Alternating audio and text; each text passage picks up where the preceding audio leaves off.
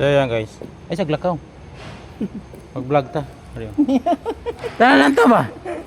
Ayan guys, ito na lang yung welder kong natira. Umuwi na yung kasama. Siya na lang mag-isa. Aray, tinira niya oh.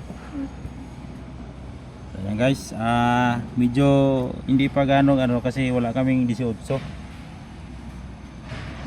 11 lang muna yung pinadali ko. So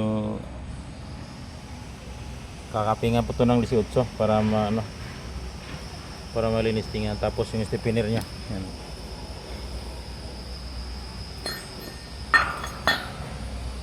So yan guys. Magandang tanghali. Alright, thank you guys. Kakapingan pa namin ito ng 18, hindi to ganito. Yung 18 pino kasi ito. Kasi ito 13. Medyo ano siya, 11. Hindi siya masyadong makintab.